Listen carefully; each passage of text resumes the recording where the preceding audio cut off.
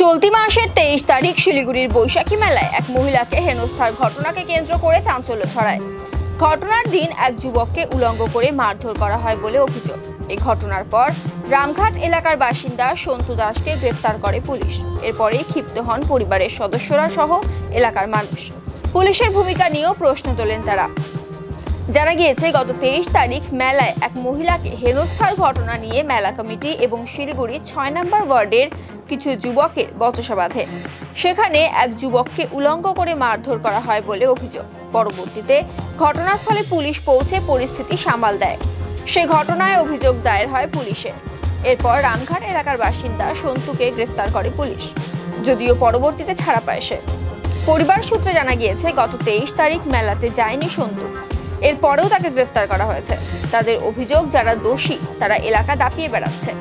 এই ঘটনা নিয়ে সোমবার সন্ধ্যায় রামঘাটে একটি বৈঠক করেন এলাকার বাসিন্দারা। ভবিষ্যতে এরকম ঘটনা যাতে কারোর সঙ্গে না ঘটে সে কারণে অবিলম্বে দোষীদের গ্রেফতার ও শাস্তির দাবি জানান তারা। আমি শুনেছিলাম 23 তারিখে জলপাইমোড়ে মেলাতে ক্যাচাল হয়েছে।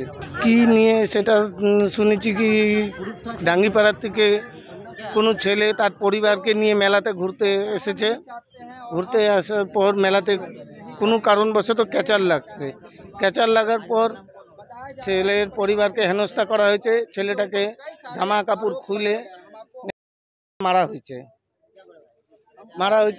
এরা যারা জলপাইমোড়ে পার্কিং উঠাচ্ছে, তোলাবাজি করতেছে, দাদাগিরি করতেছে, তারা এই জিনিসটা করছে। যারা তোলাবাজি করে তারাই আমার নামে নাম দিছে। যারা সিন্ডিকেট উঠাচ্ছে, সিন্ডিকেট চালাচ্ছে, দাদাগিরি করে, তারাই দিছে আমার নাম। আমি চাচ্ছি আমার মতন আরও 2-3 জন ছেলের নাম দিছে মনে হয়, তাদেরকে যারা দোষী তাদেরকে সাজা। তারা তো ঘুরে বেড়াচ্ছে, তাদের নাম দুক।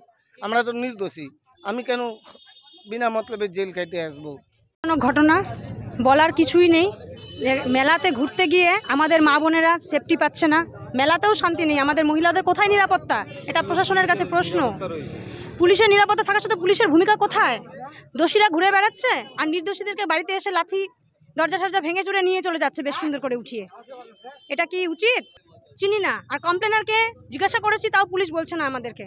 আমাদের তো জানতে হবে না কমপ্লেনারকে আমার দেওয়ার কি অন্যায় করেছে, সব তো জানার অধিকার আছে না আমাদের। এভাবে তো তুলে নেওয়া তো ভিত্তিহীন, সম্পূর্ণভাবে নির্দোষ। প্রুফ করিয়েছি, আজ প্রুফ পাঠিয়েছি কোর্টে। ওর ডিউটির রেজিস্টার ছিল, রেজিস্টার কপি পাঠানো হয়েছে। সব দেওয়ার পর আমার দেওয়ার রেহাই হয়ে আসে। কিন্তু এরকম পাবলিক হ্যারাসমেন্টকে আমরা কেন হবো? আমরা তো আম পাবলিক। আমাদের পার্টি করে পেট চলে না তো, বা আমাদের দালালগিরি করে পেট চলে না। আমরা দিন আনি দিন খাই। প্রশাসনের ভূমিকা এখানে একদমই শূন্য। প্রশাসনের কোনো ভূমিকা দেখছি না। প্রশাসনই ওদেরকে মদত করছে। যারা দোষী তাদের যদি কঠোর শাস্তি দেয় তাহলে আমরা কোনো কিছু স্টেপ নিব না। আর যদি না নেয়, তারপরেও যদি এরকম টর্চার যদি হতে থাকে নির্দোষীর সঙ্গে, আমরা গোটা পাড়ায় এক হয়ে তখন আমরা আগলা স্টেপ নিতে বাধ্য হব। তখন ঘটনাটা হচ্ছে 23শে মে ঝামেলা হয়েছিল জলপাইমোড় মেলার মধ্যে। মারাপিট হয়েছে, অনেক কিছু হয়েছে।